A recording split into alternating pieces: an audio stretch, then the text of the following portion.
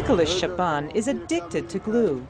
His body reeks of the gasoline-like substance. Sniffing glue has left him struggling to understand a simple conversation or form a coherent sentence.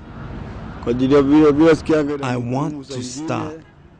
It makes me feel very sleepy, and it really torments me.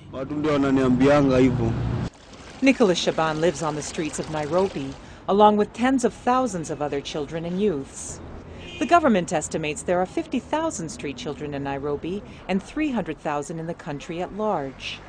Nancy Wamweya is Program Assistant Director at the Ndugu Society, a group that rehabilitates street children. She estimates that anywhere from 52 to 90% of the children who live on the street may be addicted to glue. The consequences, she says, are devastating. When children sniff glue, you realize that most of them get hallucinations, delusions, they stop eating, they lose weight, some eventually die. Actually, one of the things that was found out is that it can also cause sudden death. The glue sold on the street is used in shoe repair, upholstery, and other activities. Retailers purchase glue from manufacturers. In turn, some retailers sell the glue to women known as Mama Pima, who in turn sell to children, some of whom are as young as 5 years old. 24-year-old Bernadette Wangui is one such Mama Pima.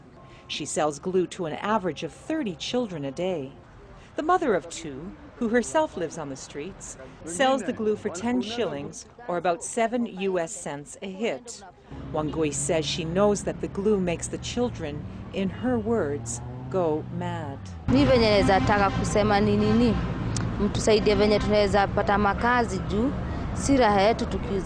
It is not our wish to sell glue. We are just selling it to get food for our children.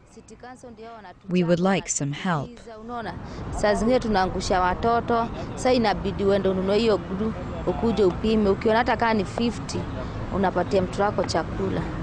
The Ndugu Society released a study in October on glue and other substance abuse by Nairobi's street children. The report says street children sniff glue mostly because of peer pressure, to feel good from the high, to stay warm, and to ward off hunger pains. Uthman Shaban once lived on the streets. There are some things you cannot do when you are sober, like eating garbage. You need to sniff glue so that you can have the courage to eat garbage and do other work in the streets. Street children resort to scavenging, begging, stealing, and prostitution to finance their addiction. The Ndugu Society report urges the government to clearly include glue in its list of narcotics and to strictly enforce laws banning the sale of glue to children. It also calls for more rehabilitation of street children so that they can turn away from their cycle of despair and suffering. Kathy Maitini for VOA News, Nairobi.